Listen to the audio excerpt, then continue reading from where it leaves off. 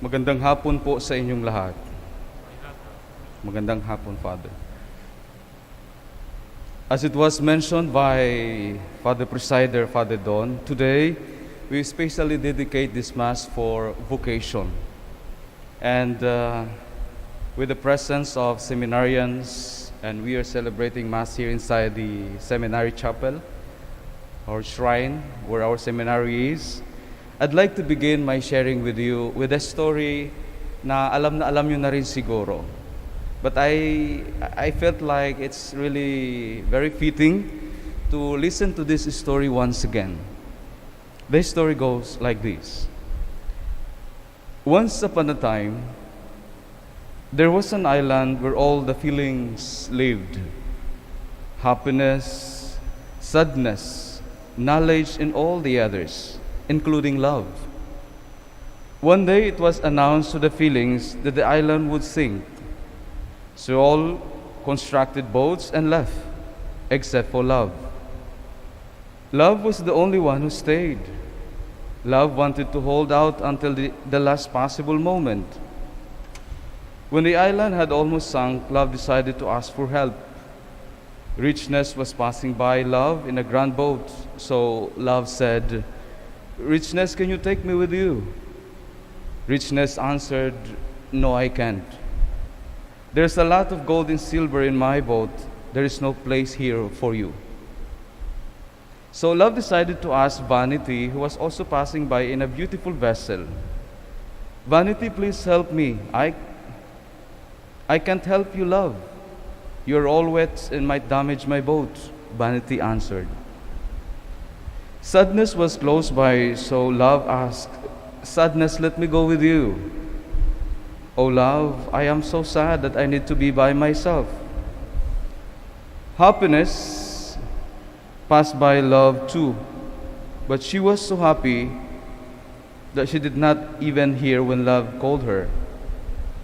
Suddenly there was a voice, "Love, come, I will take you." It was an elder. So blessed and overjoyed, love even forgot to ask the elder where they were going. When they arrived at dry land, the elder went her own way. Realizing how much was owed to the elder, love asked Knowledge, another elder, "Who helped me?" "It was time,"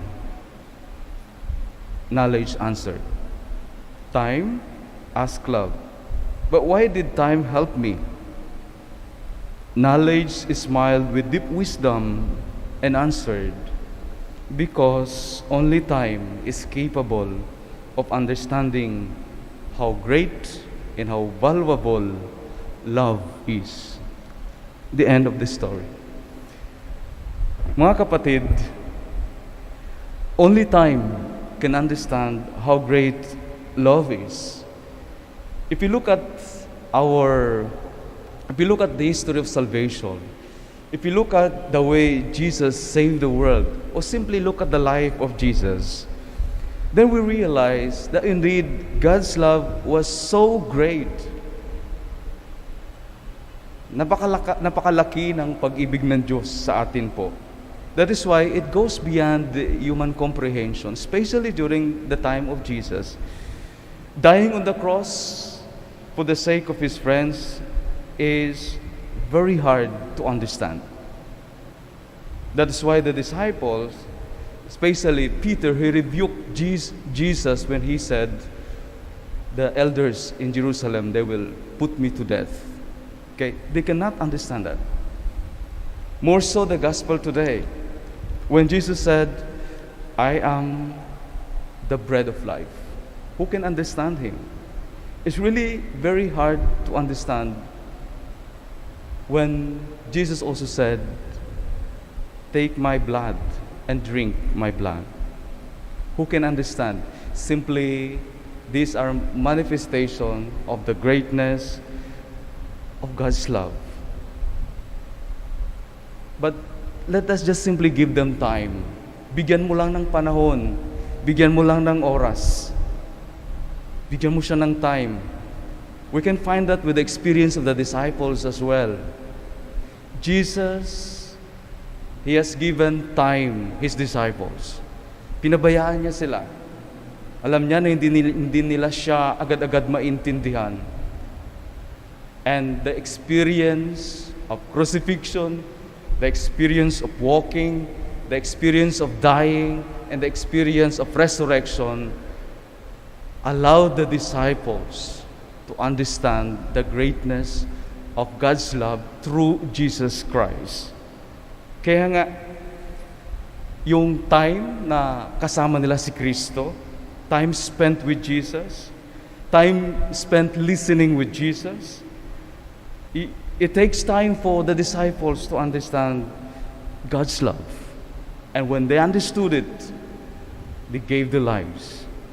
And the church today is isa sa mga katibayan na ang simbahan sa ngayon ay nagpapatunay ng matinding pag-ibig ng Diyos. And we, as missionaries, we are asked by virtue of our baptism and by virtue of our vocation to join and participate in this noble vocation, to tell the world of the greatness of God's love. That is why we, from the Office of Vocation, we keep on asking, we keep on looking for the laborers in the farmyard of the Lord, in the field of the Lord, in the rice field of the Lord. We ask for parents. We ask for those who are following us via Facebook. Young men who are feeling like they wanted to make something more sense with their lives. Like they've been to different kind of life. They have their lives already. May sweldo, magandang trabaho, but then parang kulang. Maybe you wanted to try to serve the Lord. And the SVD is here for you. Okay? Therefore, my friends, vocation, we can say now, the vocation is spending time with Jesus in order to know how great is His love to us.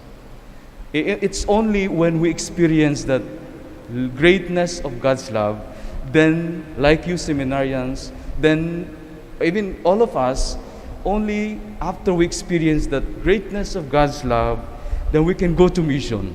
Then we can share our experience. Then we have something to share. That's why, please, when you go home, bring with you the message that we need time. We need time to spend with God. And we need patience. For only time, friends, for only time can understand how great love is.